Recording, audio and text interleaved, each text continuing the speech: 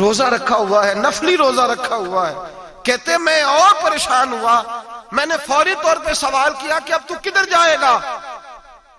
تو کہنے لگا اب میں کہیں نہیں جاؤں گا، میرے ایک دن کا خرچہ میرے ماں باپ نے جو ڈیوٹی لگائی ہے وہ 3 دینار ہے، پورا ہو گیا ہے.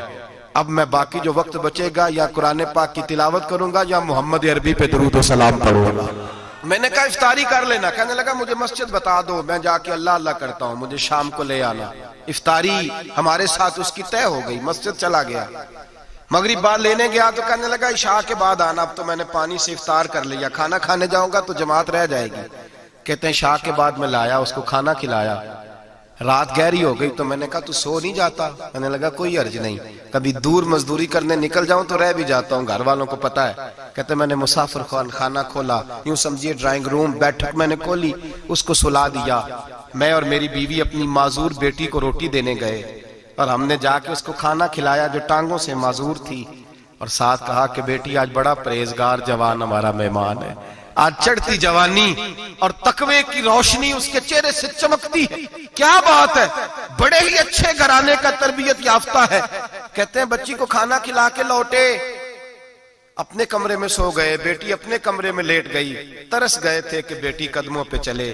تہجد کا وقت ہوا تو دروازے پہ دستک ہوئی. بڑی بے چینی کے ساتھ اٹھے میاں بیوی، کون ہے؟ بیٹی کی آواز آئی ابا جی دروازہ جلدی کھولیں. کہتے ہیں کلیجے پھٹنے لگے، ذہن بکھرنے لگے. سوچے ہیں کہ وہ 2-1 منٹ ہمارے اوپر پہاڑ بننے لگے. دروازہ کھولا تو وہ بیٹی جس کے لیے ترس گئے تھے کبھی چلے گی، وہ اپنی ٹانگوں پہ کھڑی ہے. کبھی دوڑ کے ادھر جاتی، کبھی دوڑ کے ادھر آتی. بیٹیاں پریشانی کا فون کر دیں تو پھر بھی آنسو نکل آتے ہیں، اور بیٹی گھر میں خوشی آ جائے تو پھر بھی ماں باپ رو کے ہی شکر ادا کرتے ہیں. ان کے لیے روتے ہی رہتے ہیں. کہتے میں تڑپ گیا. بیوی بھی رونے لگی، بیٹے یہ کیا ہوا؟ ہم تو مایوس ہونے لگے تھے معاذ اللہ کہ اب تو ٹھیک نہیں ہوگی، کیا ہوا؟ کہنے لگے ابا جی اماں جی آپ نے بتایا نا نیک جوان آیا ہے، نیک آیا ہے. تو میں آپ چلے گئے تو میرے دل میں خیال آیا اے اللہ اگر وہ واقعی نیک ہے تو اس کے صدقے مجھے شفائی عطا فرما دے. یا ایھا الذین آمنوا اتقوا اللہ وابتغوا الیہ الوسیلہ، اے اللہ صحت ہی دے دے. کہتے ابھی میری دعا بھی پوری نہیں ہوئی کہ میرا وجود حرکت کرنے لگا، اور یہ دیکھو میں اٹھ کے کھڑا ہو گئی ہوں. کہتے ہیں ہم لوگوں نے یہ دیکھا تو بھاگے اس کے کمرے کی جانب. جب دروازے پہ ہاتھ رکھا تو دروازہ کھل گیا. آگے گئے تو پلنگ خالی تھا، ایک رکا چھوڑ گیا ہے. کہنے لگا مجھے پتا ہے میری حقیقت کھل گئی ہے، میں تو اللہ کا بندہ ہوں. اگر تمہیں مجھ سے ذرا بھی پیار ہو گیا ہے تو پھر میرے پیچھے نہ بھاگنا، اللہ کی بارگاہ میں جھک جانا، پھر گناہوں سے توبہ کر لینا. کہا وہ تربیت یافتہ جوان آیا ہے اور مجھے بدل گیا ہے. میرے بھائی ماں باپ کی ذمہ داری اولاد کو نکھارنا ہے، ان کو سنوارنا ہے. روزی روٹی کی ذمہ تو اللہ تبارک و تعالی نے لیا ہوا ہے. جو ڈیوٹی اللہ کی تھی وہ معاذ اللہ ہم نے اپنے ذمہ لے لی ہے. اولاد کو رزق حلال کی تربیت کریں، انہیں حکم دیں کہ وہ ہاتھ نہ پھیلائیں، انہیں کہیں کہ وہ محنت کر کے کھائیں، لیکن اصل تو ان کا اخلاق سنوارنا ہے. بچے ہمارے ان کی پوزیشن اتنی خراب ہو جاتی ہے، ہم لاڈ پیار میں اتنا ضدی کر لیتے ہیں. جب جس بچے کا ماں باپ کے ساتھ گزارا نہیں، بتلائیے وہ بیوی کے ساتھ گزارا کرے گا؟ جس کا ماں باپ کے ساتھ وقت نہیں گزرتا وہ بہن بھائیوں کے ساتھ گزارے گا؟ جس کا ماں باپ کے ساتھ وقت نہیں گزرتا وہ کولیگز کے ساتھ وقت گزارے گا؟ کس طرح وہ اپنے آپ کو، میرے نبی کریم سید عالم صلی اللہ علیہ وسلم نے ڈیوٹی لگائی کہ ماں باپ اپنے بچے کی تربیت کریں، انہیں اللہ سے جوڑیں. تکلیف میں وقت گزارا جناب اسماعیل نے. ایک روایت ایسی بھی ملتی ہے کہ 13 سال حضرت ابراہیم پلٹ کے گئے نہیں بیٹے کا پتہ لینے، لیکن جب بھی بیٹے نے ماں سے باپ کے بارے میں پوچھا کہ میرے والد کیوں نہیں آتے تو ماں نے ایک ہی لفظ کہا، بیٹے جناب ابراہیم اللہ کے نبی ہے اور اللہ کے حکم سے ہمیں چھوڑ گئے ہیں. ایسی تربیت، ایسی ٹریننگ بچے کے ذہن کو بدل ڈالا، اسے اللہ والا بنا لیا. اور ہمارے مفسرین نے بحث کی ہے کہ جناب اسماعیل جو اللہ کی راہ میں قربان ہونے کو تیار ہو گئے، ان کے سینے میں جو رب کریم کا اتنا پیار موجزن ہوا کہ وہ گردن کٹانے پہ تیار ہو گئے. تو فرماتے ہیں یہ تربیت جناب ہاجرہ کی تھی، یہ ٹریننگ حضرت وہ فیضان نظر تھا، یہاں کے مکتب کی کرامت تھی. سکھائے کس نے اسماعیل کو آداب فرزندی؟ میرے بھائی یہ جناب ہاجرہ نے تربیت دی. ایک بہت بڑے محدث ہیں، اتنے بڑے محدث ہیں کہ میرے نبی کریم کی مسجد نبوی میں وہ حدیث کے استاد رہے. حضرت ربیعہ بن عبد الرحمن نبی پاک کی مسجد نبوی میں حدیث کے استاد ہوئے. اور حضرت حسن بصری جو جناب علی کے شاگرد ہیں وہ بھی حضرت ربیہ کے شاگرد ہوئے. حضرت امام مالک جو 70 سال تک مدینہ اور مکہ میں حدیث پڑھاتے رہے وہ بھی حضرت ربیہ کے شاگرد ہیں. ان کے والد کا نام تھا عبد الرحمن فروغ. تاریخ بغداد میں لکھا ہے کہ بنو امیہ کے دور میں تابعین کے زمانے میں جناب عبد الرحمن بن فروغ گھر سے چلے گئے. ایک روایت ہے بچہ چھوٹا تھا, ایک روایت ہے بچہ ابھی ماں کے پیٹ میں تھا, جہاد کرنے چلے گئے. اس دور میں یہ جہاد ہوتا تھا کہ ایک علاقہ فتح کیا تو مسلمان اگلے علاقے میں چلے گئے, اگلا فتح کیا تو اگلے علاقے, ایک کے بعد دوسرے لوگ پلٹ کے نہیں آتے تھے. حضرت عبد الرحمن گئے 30,000 دینار بیوی کو دے گئے, کہنے لگے سنبھال کے رکھنا. اور جہاد کرنے نکلے تو 27 سال تک گھر ہی نہیں آئے, اور 27 سال کے بعد آئے تو حضرت ربیہ محدث بن چکے ہیں, مسجد نبی میں حدیث کے استاد ہیں, بیٹا بہت بڑا شیخ بن گیا. واپس آئے, ہاتھ میں نیزہ ہے, کالی داڑھی تھی ساری سفید ہو گئی, وجود بڑا تگڑا تھا, کمزوری آ گئی. آئے, نیزہ پکڑا ہوا ہے, گھوڑے پہ بیٹھے ہیں, مدینہ منورہ میں گھر ہے, دروازے پہ دستک دی. حضرت ربیہ نے دروازہ کھولا, اندر داخل ہونے لگے تو کہنے لگے بابا تو کدھر گھستا آ رہا ہے؟ کدھر؟ اس نے کہا تو پیچھے ہٹ, تو میرے مکان پہ کب سے قبضہ کر کے بیٹھا ہے. بات تیز ہونے لگی, آواز تھوڑی بزرگوں کی بلند ہونے لگی تو اندر سے زوجہ نے سن لیا. وہ دروازے کی اوٹ سے دیکھنے لگی تو پہچان گئی, کہنے لگی ربیہ پیچھے ہٹ جا, یہ کوئی غیر نہیں ہے, تیرے والد گرامی ہے, یہ تیرے والد ہیں. اندر آئے, باپ بیٹا ملے, عصر کی نماز کا وقت ہو گیا, بڑا روئے. 27 سال کے بعد باپ لوٹا, 27 سال کے بعد بڑے روئے. نماز کا وقت ہوا تو حضرت ربیہ جلدی سے وضو کیا, مسجد نبوی شریف چلے گئے. جناب عبد الرحمن فروغ نے بھی کھانا وانا کھانا تھا, کھانا کھانے بیٹھے تو حکم دیکھے شوہر کیا کرتا ہے. یہ نہیں پوچھا کہ 27 سال حال کیا رہا, پوچھنے لگے میں تجھے 30,000 دینار دے گیا تھا, وہ کدھر ہے؟ تو زوجہ کہنے لگی کھانا کھا لو, عصر کی نماز پڑھ کے آؤ, پھر بتاتی ہوں پیسے کہاں ہیں. آپ کی رقم بڑی اچھی جگہ پہ محفوظ ہے. کہتے ہیں میں نماز پڑھنے مسجد گیا, عصر کی نماز کے بعد میرے نبی پاک کے منبر پر ایک نوجوان بیٹھا ہے. گھر میں تو ان کا انداز ٹوپی پہننے کا تھا نا, سادے عام لباس میں, مسجد نبی میں جبہ پہنا ہے, سر پہ امامہ ہے, خوبصورت لب و لہجے میں رسول اللہ کے منبر پر بیٹھ کر, نبی پاک کے منبر پر بیٹھ کر. پتہ نہیں آپ کو اس بات کی لذت نصیب ہو رہی ہے کہ نہیں, عام جگہ نہیں, نبی پاک کے حضور کے منبر پر بیٹھ کر نبی پاک کی حدیثیں سنا رہے ہیں. اتنا بڑا مقدر. کہتے ہیں حضرت امام مالک جیسے لوگ, خواجہ حسن بصری جیسے لوگ کاغذ قلم لے کے حدیثوں کی سماعت کر رہے ہیں, ان سے درس لے رہے ہیں. جناب عبد الرحمن کہتے ہیں میری نظر اٹھی, کچھ بوڑھا ہو گیا تھا, کچھ اس وقت وہ ٹوپی میں سادے لباس میں تھے, پہچان نہ پایا. ایک شخص سے پوچھا یار ہے تو جوان پر اس کے چہرے کی نورانیت میرے دل کو بھا گئی ہے تو جوان پر اس کا حدیثیں بیان کرنے کا انداز میری طبیعت کو گھائل کر گیا. یہ کون ہے جو نبی پاک کی مسجد میں بیٹھ کے حدیثیں بیان کر رہا ہے؟ تو کہتے ہیں امام مالک کہنے لگے بابا جی چپ کر جاؤ, ہمارے استاد کے بارے میں اونچے لب و لہجے میں بات نہ کرنا, دیکھتے نہیں کتنے کتنے لوگ بیٹھے ہوئے خاموشی سے. تو میں نے کہا مجھے بھی تو بتا دو نا ہے کون. تو کہنے لگے کوئی عبد الرحمن فروغ نام کے بزرگ ہیں, یہ ان کے بیٹے ہیں, ربیہ نام ہے. کہتے ہیں جب لفظ کہے تو میرے آنسو چھلک کے باہر آئے اور میں حضور کی مسجد میں گر گیا اور رونے لگا کہ یہاں اور میرے رسول پاک سید عالم صلی اللہ علیہ وسلم کے منبر پر اور میرا بیٹا. کہتے ہیں میں تڑپ کے گھر گیا اور گھر جا کے میں نے اپنی بیوی کو جب دیکھا تو میرے آنسو نکل گئے. میری بیوی سمجھ گئی کہ یہ میرے محدث بیٹے کو دیکھ آیا ہے. کہتے ہیں بیوی رو کے کہنے لگی میں نے آپ کے 30,000 دینار آپ کے بیٹے کو مصطفیٰ کریم کی حدیث کا استاد بنانے میں خرچ کر دیے. میں نے وہ 30,000 دینار خرچ کر دیے, 30,000 دینار آپ کا بیٹا میں نے. تو کہتے ہیں میں اپنی بیوی کی طرف دیکھنے لگا, میں نے کہا قربان جاؤں, میں اگر اللہ کے دین کے رستے میں تھا تو نے میرے ساتھ نیکی کی ہے, میرا بیٹا بھی دین کے رستے پہ لگا دیا. میرے بھائی اللہ سے جوڑا, اللہ سے جوڑا. ان لوگوں نے اپنی اولادوں کو رب کریم والا بنایا, ان لوگوں نے اپنی اولادوں کو.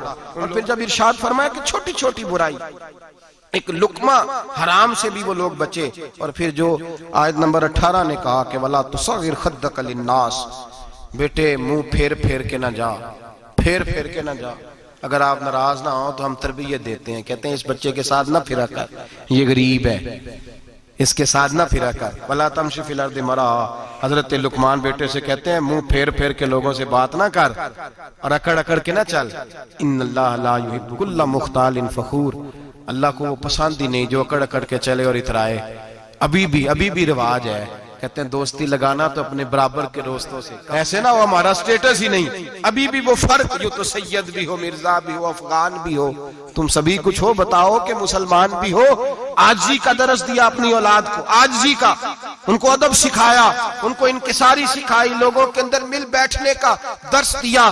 جو آدمی انکساری والا ہوتا ہے، عاجزی والا ہوتا ہے، یوں سمجھو اسے شہد لگا ہوا ہے، دنیا خود اس کے پیچھے بھاگ بھاگ کے آتی ہے۔ جو سب کے ساتھ اس نے سلوک کرنے کا عادی ہوتا ہے، لوگ اس کے گرویدہ ہو جاتے ہیں۔ لیکن جس آدمی کو آپ اکڑنا سکھا دیں، جس بچے کو آپ کہیں بس تو ہے اور کوئی بھی نہیں، اس کی اپنی زندگی بھی اس کے لیے پریشانی والی ہو جاتی ہے۔ میرے نبی رحمت سید عالم صلی اللہ تعالی علیہ وآلہ وسلم نے ارشاد فرمایا، کسی باپ نے اپنے بیٹے کو جو سب سے اچھا تحفہ دیا ہے وہ یہ ہے کہ اس نے اپنے بچے کو اچھا ادب سکھا دیا ہے، اپنے بچے کو اچھا۔ حضرت لقمان کہتے ہیں بیٹے منہ پھیر پھیر کے باتیں نہ کرنا، زمین پہ اکڑ اکڑ کے نہ چلنا، اللہ کو اکڑنے والے لوگ پسند۔ ہارون رشید نے امام نسائی کی ڈیوٹی لگائی کہ میرے بیٹے کو حدیث پڑھائیں گارا آ کے، تو امام نسائی کہنے لگے یہ نبی پاک کا دین ہے، یہ میں اس کو رسوا نہیں کر سکتا، جس نے پڑھنا ہے میرے پاس آ کے پڑھے، اور جہاں سب بچے بیٹھتے ہیں وہیں پڑھے۔ ہارون رشید کہنے لگا حضور آپ کیا سمجھتے ہیں، میں نے بھی تو آپ کو آزمانے کے لیے یہ جملہ کہا تھا، یہ وہیں آ کے پڑھے گا جہاں سارے غریبوں کے بچے پڑھتے ہیں۔ اب تو روز استاد کٹہرے میں کھڑا ہوتا ہے، اسکول کے استاد کا تو مجھے نہیں پتا، پہلے مدرسے کا استاد تو روز بیچارہ ہاتھ باندھ کے چودھری صاحب نے کہنے سے میرے منڈے نو مارے، تو 8,000 کا مولوی ہے اور میرا بیٹا تو 8,000 کے روز گول گپے کھا جاتا ہے، میرے بیٹے کو تو نے مارا ہے، تجھے اپنی حیثیت کا پتہ ہے؟ روز استاد کٹہرے میں کھڑا ہوتا ہے۔ بچے فری میں مفت میں حافظ جی مفت میں حفظ کراتے ہیں، خدا جانے محترم کتنی مشکل سے ادارہ چلاتا ہے، اور بچے کے ماں باپ آ کہتے ہیں بلاؤ مولوی صاحب کو، اس کی طاقت کیسے ہوئی میرے بچے کو مارا ہے؟ وہ مولوی وہ جو کل دانے لینے آیا تھا وہ آج میرے بچے کو مارے گا؟ یہ رویہ ہے ہمارا۔ ہارون رشید بادشاہ نے اپنے بیٹے کو امام نسائی کے پاس پڑھنے بٹھایا۔ ایک دن حضرت کہاں لوگ کہتے بس بس بیٹا ٹھیک ہے، سیدھا سیدھا تو دین سیکھ کے آیا، ایسے کسی درویش کا مرید ہونا اور کسی عالم کی نوکری کرنا، اب تو بالکل ٹھیک ہے، پیر اساں بھی رکھے نے، یہ کہ تیرا طریقہ ہے، تو پیچھے ہی لگ گیا ہے، یہ کس طرح کا تیرا رویہ ہے؟ ہارون رشید بادشاہ، ہارون رشید وقت کا مطلق العنان بادشاہ، امام نسائی ان کے بیٹے کے استاد ہیں، امام نسائی رحمت اللہ علیہ کے پاس بیٹا پڑھتا ہے۔ ہارون رشید گزر رہا تھا تو بیٹا وضو کرا رہا ہے، شہزادہ وضو کرا رہا ہے استاد جی کو، اور پیر دھلا رہا ہے۔ ہارون رشید گھوڑے سے گزرا تو اس نے دیکھا خانقاہ کے باہر، مدرسے کے باہر استاد جی وضو کر رہے ہیں اور بیٹا وضو کرا رہا ہے، سراہی پکڑی ہے، لوٹا پکڑا ہے، استاد جی پیر دھو رہے ہیں۔ ہارون رشید غصے سے اترا، ساتھ بہت سارے سپاہی تھے، انہوں نے کہا کہ یہ مولوی کو مارے گا، مولوی کو مارے گا کہ تو کس طرح میرے بیٹے سے یہ کام کاج کرا رہا ہے؟ کہتے نیچے اترے اور ہارون رشید نے جا کے نا زور سے ایک تھپڑ اپنے بیٹے کے چہرے پہ مارا۔ بیٹا کہنے لگا ابا جی میری غلطی کیا ہے؟ فرمانے لگے تجھے پتہ ہی نہیں تو کس شخص کے پاس پڑھتا ہے؟ تو پانی ڈال رہا ہے، تیرے استاد کو اپنے ہاتھوں سے اپنے پیر دھونے پڑ رہے ہیں، بیوقوف، ایک ہاتھ سے پانی ڈال اور دوسرے ہاتھ سے استاد کے پیر دھو، تجھے پتہ ہی نہیں کہ یہ شخص جب نبی پاک کی حدیثیں بیان کرتا ہے تو کئیوں کو مصطفیٰ کا دیدار نصیب ہو جاتا ہے۔ یہ پتہ نہیں تو کس محدث کا شاگرد ہے، ایک ہاتھ سے پیر پہ پانی ڈال دوسرے ہاتھ سے دھو، اس لیے کہ باندھ علموں جو کرے فقیری وہ کافر مرے دیوانہ ہو۔ اگر تو نے دنیا میں کامیاب ہونا ہے تو اس سے فیض علم حاصل کر، بیٹے یاد رکھ، اگر تو اس کی بارگاہ میں حاضری دے گا تو آگے بڑھے گا۔ حضرت عمر بن عبدالعزیز کتنا بڑا شخص ہے، ثانی عمر کہا گیا، ثانی عمر کہا گیا۔ حضرت عمر بن عبدالعزیز رحمت اللہ علیہ، حضرت صالح بن کسان ایک محدث تھے مدینے کے، ان کے شاگرد تھے۔ بچوں کو ہم آج ہی کہاں بچے ادب کرتے ہیں، اساتذہ کہاں ادب کرتے؟ ایک اسٹوڈنٹ مجھے کہنے لگا جی ہم ادب کرتے تھے جب تک استاد ٹیوشن نہیں لیتے تھے، اب استاد بھی تو ٹیوشن لے کے پڑھاتے ہیں۔ اور میں نے کہا خدا کے بندے کیا دے سکتا ہے تو استاد کو؟ حضرت علی فرماتے ہیں جس نے ایک لفظ پڑھایا مجھے گلی میں کھڑا کر کے بیچ بھی سکتا ہے، تو نے قیمت کیا ڈالی ہے؟ استاد کچھ بھی کر لے، استاد نے تو استاد ہی رہنا ہے نا میرے بھائی، لیکن وہ لب و لہجہ ہمارا موجود ہے۔ مجھے ایک دفعہ میرے کالج کے لوگوں نے بلایا، کہنے لگے آپ یہاں بھی پڑھے ہوئے ہیں اور مدارس میں بھی، تو ذرا فرق بیان کریں کالج کا اور مدرسے کا، کچھ بیان کریں۔ میرے ٹیچرز بھی تھے بہت سارے، تو میں نے کہا معذرت کے ساتھ یہاں تو بڑا مشکل ہو جائے گا بات کرنا، لیکن ایک جملہ میں نے مدرسے اور کالج میں ایک فرق محسوس کیا ہے، ہمارا مدرسے کا طالب علم آج بھی ہمارے جوتے اٹھا کے آگے رکھتا ہے، وہ آج بھی استاد کی موٹر سائیکل کو ٹاکی مارتا ہے، آج بھی صاف کرتا ہے، ہمارا مدرسے کا طالب علم آج بھی استاد کو پشت نہیں کرتا، لیکن کالج کا طالب علم پوچھتا ہے اسلامی اتلا آیا ہے، انگریزی والا آیا ہے؟ میں نے کہا اس کے تو لب و لہجے میں ادب نہیں ہے۔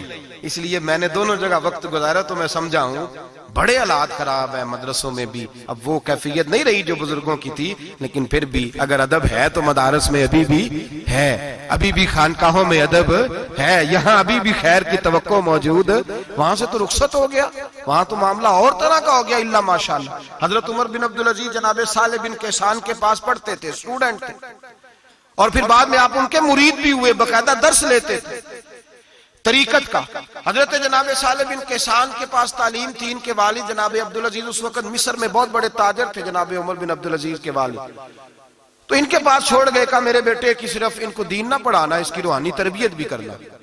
ایک دن استاد جی نے عصر کی نماز کا سلام پھیرا تو حضرت عمر بن عبدالعزیز کھڑے ہو گئے، ایک رکعت ان کی رہتی تھی پیچھے، تو آپ نے نماز کے بعد بلایا اور بڑے میٹھے لب و لہجے میں کہا عمر کیا بات ہے تیری ایک رکعت رہ گئی؟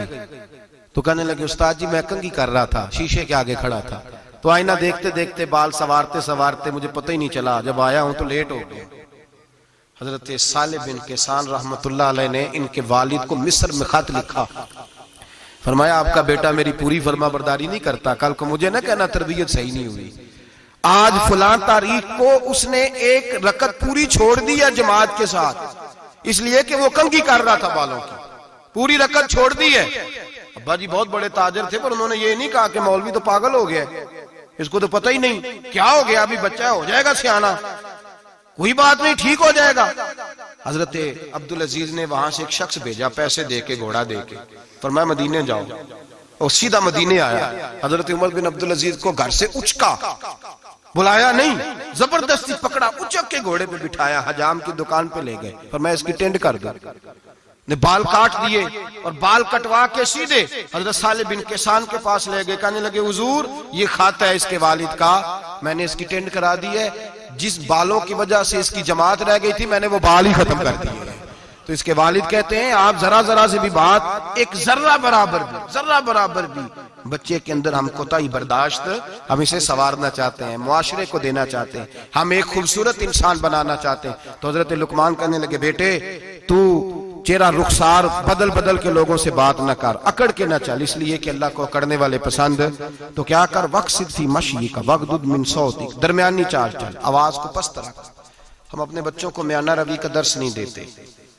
اگر کسی کے پاس بہت زیادہ پیسے ہیں تو وہ بس کہتا ہے میرا بیٹا، میں نے سارے لاڑ دیکھے ہیں، میں نے ہر خواہش پوری کی ہے، یہ تو کوئی عقل مندی کی بات نہیں۔ ضرور خواہشات پوری کریں، اگر ہیں تو کنجوسی کرنے سے منع کیا نبی پاک صلی اللہ علیہ وسلم، لیکن بچے کو معتدل رکھیں، اسے دھوپ اور چھاؤں دونوں کا پتہ ہونا چاہیے۔ اگر زمانے میں کبھی کڑی دھوپ آ جائے تو اسے اندازہ ہو کہ میں نے یہاں کیسے کھڑے ہونا ہے، اس کو درمیانہ اور میانہ روی کا اسے درس دیں، اسے پتہ ہو، وہ نرم دل بھی ہو اور برائی کے مقابلے میں ڈٹ جانے کی طاقت بھی رکھتا ہو۔ بچے کو درمیانہ رستہ، میرے نبی کریم علیہ السلام نے فرمایا ما عالم نقتصد، جو درمیانی چال چلتا ہے وہ کبھی تنگ نہیں ہوتا، اور خیر الامور اوسطھا، سب سے بہترین رستہ وہ ہے جو درمیانہ ہوتا ہے، جس میں افراط و تفریط نہیں ہوتی۔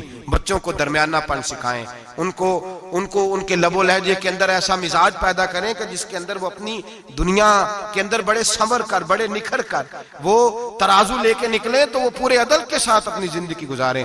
اور فرمایا وغضض من صوتک، آواز کو پست رکھ، چلا کے نہ کبھی بچوں سے بات کریں اور نہ کبھی بچوں کی بات سنیں۔ بچوں کے لب و لہجے میں ٹھہراؤ ہونا چاہیے، ان کی آواز کا بھی ادب ہے، ان کی آواز، ان کو بولنے کا بھی ڈھب سکھائیں، ان کو بتلائیں کہ تم نے گفتگو کیسے کرنی ہے۔ اس لیے کہ ارشاد فرمایا ان انکر الاصوات لصوت الحمیر، بے شک سب سے بری آواز گدھے کی آواز ہے۔ اللہ سمجھنے کی توفیق عطا فرمائے۔ آخر دعوانا